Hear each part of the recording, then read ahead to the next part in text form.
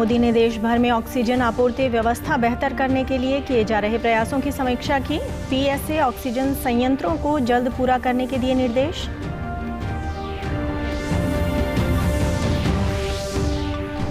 कल हुई मंत्रिमंडल की बैठक में कृषि और स्वास्थ्य क्षेत्र में लिए गए कई अहम फैसले। कृषि मंत्री ने कहा, केंद्र सरकार कृषि कानूनों पर किसानों से बातचीत के लिए हमेशा तैयार।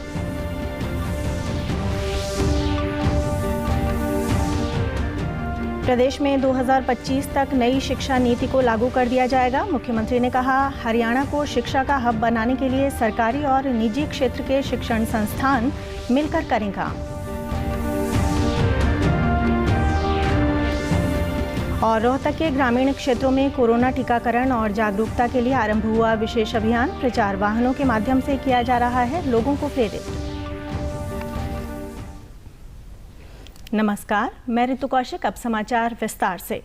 प्रधानमंत्री नरेंद्र मोदी ने देश भर में ऑक्सीजन आपूर्ति व्यवस्था बेहतर करने के लिए किए जा रहे प्रयासों की समीक्षा की। देश भर में पीएम केयर्स की सहायता से 1500 से अधिक पीएसए ऑक्सीजन संयंत्र लगाए जा रहे हैं। प्रधानमंत्री ने अधिकारियों को इन संयंत्रों को जल्द से जल्द शुरू करने के निर्देश दिए। प्रधानमंत्री ने अस्पताल कर्मियों को ऑक्सीजन संयंत्रों के संचालन और रखरखाव के लिए प्रशिक्षण देने और प्रशिक्षक कर्मचारी उपलब्ध करवाने का भी आदेश दिया। प्रधानमंत्री ने इन संयंत्रों के प्रदर्शन और संचालन की निगरानी के लिए आधुनिक तकनीकी व्यवस्था लागू करने को कहा। मंत्रिमंडल की कल हुई बैठक में प्रधानमंत्री ने कहा कि कोविड योद्धाओं की कर्तव्यपरायणता से भारत वैश्विक महामारी से पूरी शक्ति से लड़ रहा है। सूत्रों के अनुसार उन्होंने कहा कि पिछले कुछ दिनों से भीड़-भाड़ वाले स्थानों पर बिना मास्क और सुरक्षित दूरी के घूम रहे लोगों की तस्वीरें और वीडियो सामने आ रहे हैं, जिनसे भय का माहौल पैदा होता है। प्रधानमंत्री ने कहा कि कोविड का खतरा अभी टला नहीं है, इसलिए ऐसे समय में लापरवाही नहीं होनी चाहिए।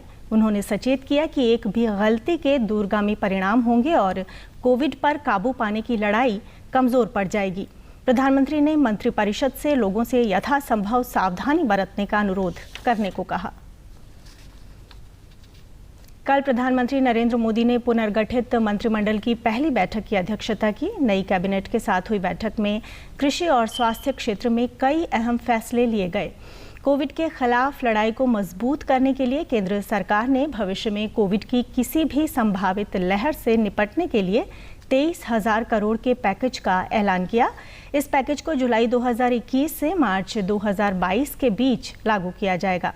कोविड से निपटने के लिए टेली मेडिसिन और टेली कंसल्टेशन के लिए भी व्यवस्था की गई है और नर्सिंग छात्रों, रेजिडेंट डॉक्टर की सेवा लेने का प्रावधान किया गया है।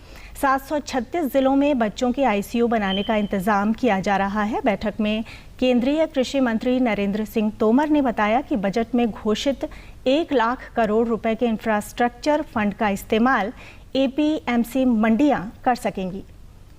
मंत्रिपरिषद के निर्णय के अनुसार एपीएमसी भी अब उसके लिए पात्र होंगी और वो इंफ्रास्ट्रक्चर फंड का अपने संसाधन बढ़ाने की दृष्टि से, किसानी के लिए अधोसंरचना उपलब्ध कराने की दृष्टि से उपयोग कर सकेंगे। कृषि मंत्री ने कहा कि नए कृषि कानूनों के लागू होने के बाद मंडियां खत्म नहीं होंगी बल्कि और अधिक मजबूत होंगी। कृषि मंत्री ने कहा कि केंद्र सरकार कृषि कानूनों पर किसानों से बातचीत के लिए हमेशा तैयार है। कानून को रिपील करने के अतिरिक्त कोई भी प्रस्ताव वो लेकर हमारे पास आए, हम उस प्रस्ताव पर चर्चा करने के लिए तैयार हैं। एपीएमसी समाप्त नहीं होगी, ऐसा कानून में कोई प्रावधान नहीं है। एपीएमसी राज्य के कानून के अंतर्गत बनती है और एपीएमसी और सशक्त हो और किसानों के लिए उपयोगी हो, यह मोदी सरकार की प्रतिबद्धता है। लगातार पैदावार भी बढ़ रही है, लगातार खरीद भी बढ़ रही है और दलहन और तिलहन की भी खरीद बढ़ रही है और जहां के लोग आंदोलन में अधिक हैं वहां के किसानों को हजारों करोड़ रुपया उनके अकाउंट में इस बार एमएसपी पर खरीद करके पेमेंट किया गया है। मैं आपके माध्यम से किसान यूनियन के नेताओं को यह अपील करना चाहता हूं कि वो गंभीरता से इन सब चीज़ों पर विचार करें, आंदोलन को समाप्त करें, चर्चा का माध्यम अपनाएं। सरकार चर्चा के लिए तैयार है। मुख्यमंत्री मनोहर लाल ने आज चंडीगढ़ में राष्ट्रीय शिक्षा नीति के कार्यान्वयन के संबंध में समीक्षा बैठक की। बैठक के बाद पत्रकार वार्ता में मुख्यमंत्री ने कहा कि छात्रों को ज्ञान, कौशल और मूल्यों के साथ सशक्त बनाने के लिए राष्ट्रीय शिक्षा नीति के सफल कार्यान्वयन की दिशा में तेजी से कार्य किया जा रहा है। उन्होंने बताया कि केंद्र सरकार ने नई शिक्षा नीति को 2030 तक लागू करने का लक्ष्य रखा है, परंतु प्रदेश में 2025 तक नई शिक्षा नीति को लागू कर दिया जाएगा। उन्होंने बताया कि कुरुक्षेत्र विश्वविद्यालय और महर्षि दयानंद विश्वविद्यालय में केजी से पीजी तक की शिक्षा शुरू करने जा रहे हैं। उन्होंने कहा कि सरकारी और निजी क्षेत्र के शिक्षण संस्थानों को मिलकर आगे बढ़ना चाहिए ताकि हरियाणा शिक्षा का हब बन सके। उन्होंने बताया कि इस वर्ष 1000 प्ले स्कूलों को आरंभ किया जाएगा। मुख्यमंत्री ने कहा कि इस वर्ष विद्यार्थियों ने प्रदेश के सरकारी स्कूलों में अधिक संख्या में दाखिला लिया। नई एजुकेशन पॉलिसी के हिसाब से जो हो रहे हैं उसके काफ़ी पहलू तो हमने पहले कर लिए हैं, कुछ और अभी निकट भविष्य में, कुछ शॉर्ट टर्म में, कुछ एक मिडिल टर्म के नाते से, कुछ लॉन्ग टर्म के नाते से जो प्रोजेक्ट बनाए गए हैं, हमें लगता है कि 2025 तक हम न्यू एजुकेशन पॉलिसी अपने आप पूर्ण रूप से लागू कर देंगे। हालांकि देश भर में इसका टारगेट 2030 रखा गया, लेकिन हम 5 साल पहले ही इस पॉलिसी को लागू कर देंगे और इसके अंदर यानी बचपन 3 साल से लेकर के और हायर एजुकेशन के लेवल तक एक बहुत ही समन्वय तरीके से और सारी एजुकेशन को किस प्रकार दिया जाए ताकि एजुकेशन रोजगार परक बने, संस्कार क्षम बने और एजुकेशन में रिसर्च के नाते से भी बहुत चीज़ें जोड़ी गई हैं ताकि हर समय होने वाले जो युगांतकारी परिवर्तन होते हैं उनको शिक्षा क्षेत्र के अंदर कैसे कैसे जोड़ दिया जाए। तो ऐसी बहुत सी चीज़ें की गई हैं। नए पहलू के नाते से अभी 2 यूनिवर्सिटीज़ में, कुरुक्षेत्र यूनिवर्सिटी और रोहतक यूनिवर्सिटी, उसके अंदर केजी टू पीजी ऐसी शिक्षा का प्रचलन करने के लिए भी हमने निर्णय लिया है। और जहाँ तक प्राइवेट एजुकेशन और सरकारी एजुकेशन है, मिल कर के और इस प्रकार का एक एजुकेशन का सिलसिला आगे बढ़ाएं ताकि शिक्षा क्षेत्र के हरियाणा का नाम आगे बढ़े और हरियाणा जो है शिक्षा का हब बन सके। इस प्रकार की सारी योजना हमारे जितने डिपार्टमेंट है वो सब और हायर एजुकेशन काउंसिल जिसके चेयरमैन हमारे BK कुठियाला जी हैं, इन लोगों ने मिल करके इसके चीज़ को आगे बढ़ाने के लिए सारे प्रयत्न किए हैं। आज रोहतक के ग्रामीण क्षेत्रों में कोरोना टीकाकरण और जागरूकता के लिए विशेष अभियान प्रारंभ हो गया। उपायुक्त कैप्टन मनोज कुमार ने हरी झंडी दिखाकर ग्रामीण क्षेत्रों की 6 बसों को प्रचार के लिए रवाना किया। इन बसों के जरिए न केवल ग्रामीणों को टीकाकरण के लिए जागरूक किया जाएगा बल्कि उनका मौके पर ही कोरोना टीकाकरण भी किया जाएगा। उपायुक्त ने जिलावासियों को कोरोना महामारी की संभावित तीसरी लहर के प्रति सचेत किया। उन्होंने कहा कि कोविड उचित व्यवहार अपनाया जाना जरूरी है कि ड्राइव मंद ना पड़े और लोग जागरूक रहें, ज़्यादा से ज़्यादा वैक्सीनेशन करवाएं। इसके लिए एक ये प्रयास है जो हमारे स्कॉलर्स रोजरी के गुगनानी साहब की जानिब से किया गया है और हेल्थ डिपार्टमेंट के साथ यूँ कह लीजिए कि JV है। ये 6 बसें इस काम के लिए लगाई गई हैं जो एक्सक्लूसिवली टीकाकरण के लिए, लोगों को जागरूक करने के लिए और एक्चुअल टीकाकरण वहीं पे करने के लिए। तो जो हमारी CHCs हैं, फील्ड हॉस्पिटल जिनको कहते हैं, कम्युनिटी हेल्थ सेंटर, तो हर CHC पे एक बस, यानी कि जितना उस CHC का कैचमेंट एरिया है, जुरिस्डिक्शन है, उसको पूरे को ये गाड़ियाँ कवर करेंगी। दैट मीन्स हमारा जो रूरल सेक्टर है जितना भी रोहतक का, वो 100% कवरेज में इसके मार्फत आएगा। निजी संस्था के अध्यक्ष ने कहा कि इस अभियान का उद्देश्य लोगों में टीकाकरण के प्रति जागरूकता बढ़ाना है। उन्होंने सभी गैर सरकारी संगठनों से टीकाकरण मुहिम में बढ़ चढ़कर सहयोग करने की अपील की। हम लोग के ऊपर विपत्ति आई थी कोविड-19 की और गवर्नमेंट ने बहुत कोशिश की वैक्सीनेशंस करवाने की, पूरी तरह से मदद की, लेकिन फिर भी अभी भी बहुत लोग ऐसे हैं, स्पेशली गांव वगैरह में, जो वैक्सीन नहीं लगवाना चाह रहे हैं। हम लोग उनको अवेयरनेस देना चाहते हैं कि नहीं, ये this is the need of the hour, we all should join hands with the government and spread this awareness कि हम लोग को सबको वैक्सीन की ज़रूरत है। इसके बिना हम लोग कोरोना को जीत नहीं सकते हैं। तो this is the biggest message that we want to portray today to the society. DD News Haryana पर देश और प्रदेश से जुड़ी खबरों को विस्तार से जानने के लिए आप हमारे साथ फेसबुक, ट्विटर और यूट्यूब के माध्यम से भी जुड़ सकते हैं। हमसे जुड़ने के लिए आप हमारे सोशल मीडिया हैंडल को भी फॉलो कर सकते हैं। अब आप अपने मोबाइल फ़ोन से QR कोड स्कैन कर हमारे यूट्यूब चैनल पर सीधे पहुंच सकते हैं। आज स्वास्थ्य एवं परिवार कल्याण मंत्रालय ने एक पत्रकार वार्ता का आयोजन किया। नीति आयोग के सदस्य डॉक्टर VK पॉल ने कहा कि गर्भवती महिलाओं को कोरोना टीकाकरण अवश्य करवाना चाहिए। उन्होंने कहा कि स्तनपान करवाने वाली महिलाओं को भी कोविड वैक्सीन लगवानी चाहिए। पत्रकार वार्ता में बताया गया कि देश में पिछले 24 घंटों में 43,000 से अधिक नए मामले दर्ज किए गए हैं।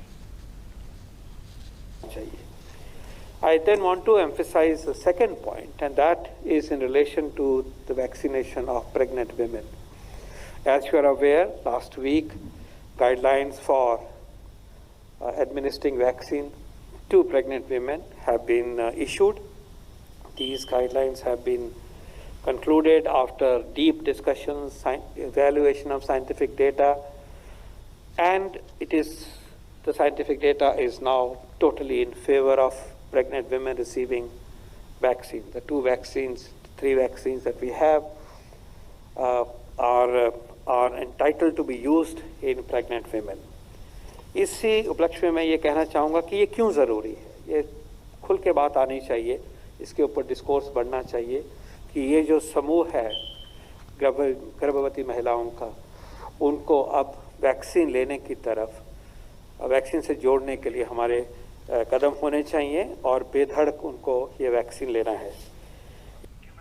प्रदेश में कोरोना के नए मामलों में गिरावट लगातार जारी है। रिकवरी दर बढ़कर 98.63% हो गई है। प्रदेश में अब तक 96,55,000 से अधिक कोरोना टीके की खुराक दी जा चुकी है।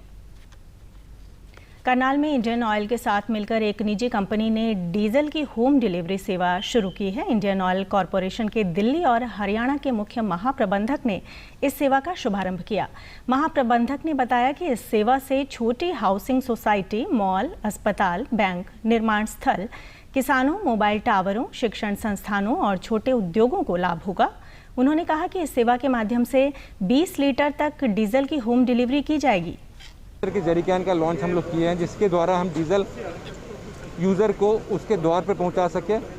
बहुत सारे ऐसे व्हीकल होते हैं, इक्विपमेंट होते हैं जो कि हमारे पेट्रोल पंप पर नहीं आ सकते हैं, तो उनको अभी तक जो था इनफॉर्मल तरीके से छोटे से बैरल में, छोटे से किसी जरिकैन के द्वारा पहुंचाते थे, वो बहुत सुरक्षित नहीं होता था।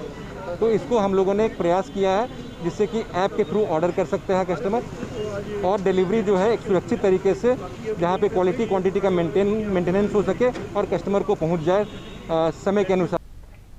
निजी कंपनी के निदेशक ने कहा कि डीजल की आपूर्ति के लिए तकनीक का इस्तेमाल किया गया है, जिसमें डीजल की लाइव ट्रैकिंग और स्वचालित रूप से भरने की सुविधा है, जिससे गुणवत्ता और मात्रा सुनिश्चित होती है। उन्होंने कहा कि डीजल की बर्बादी या चोरी नहीं होने को भी सुनिश्चित किया जाता है। स्थानीय निवासियों ने कहा कि ये बहुत अच्छी पहल है और अब वो ऑनलाइन ऐप के माध्यम से घर बैठे सुरक्षित रूप से डीजल मंगवा सकते हैं। लोग अपने स्टाफ को भेजते हैं, कार में भेजते हैं, वो बाइक्स पे भेजते हैं, कार में भेजते हैं, तो कई दिन कार में से स्मेल नहीं जाती उस डीजल की। ठीक है जी, उनकी नीड को देखते हुए उनको पूरा प्रोडक्ट मिले, फिर हमने ये ऐप, सेम हमारी ऐप है फ्यूल हमसफ़र, जो ऐप स्टोर पे भी और प्ले स्टोर पे भी अवेलेबल है। वहाँ ऑर्डर करके आप ऑथेंटिक बिल्कुल पूरा प्रोडक्ट मंगवा सकते हैं। बहुत अच्छी पहल है।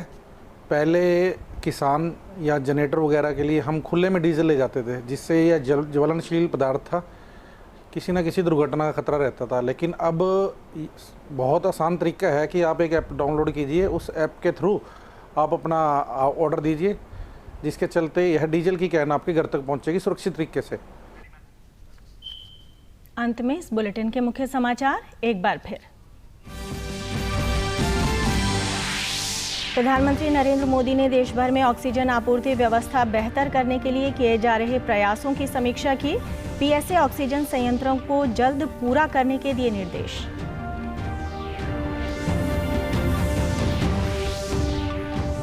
कल हुई मंत्रिमंडल की बैठक में कृषि और स्वास्थ्य क्षेत्र में लिए गए कई अहम फैसले। कृषि मंत्री ने कहा, केंद्र सरकार कृषि कानूनों पर किसानों से बातचीत के लिए हमेशा तैयार।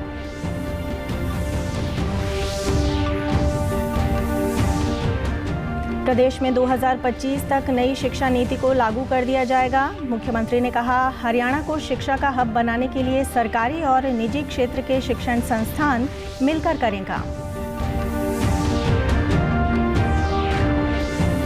और रोहतक के ग्रामीण क्षेत्रों में कोरोना टीकाकरण और जागरूकता के लिए आरंभ हुआ विशेष अभियान। प्रचार वाहनों के माध्यम से किया जा रहा है लोगों को प्रेरित।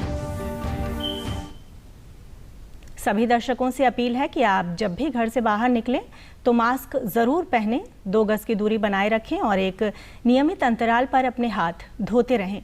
और अगर आप पात्र हैं तो टीकाकरण अवश्य करवाएं, तभी आप कोरोना महामारी से बच सकते हैं। आज के बुलेटिन में बस इतना ही। नमस्कार।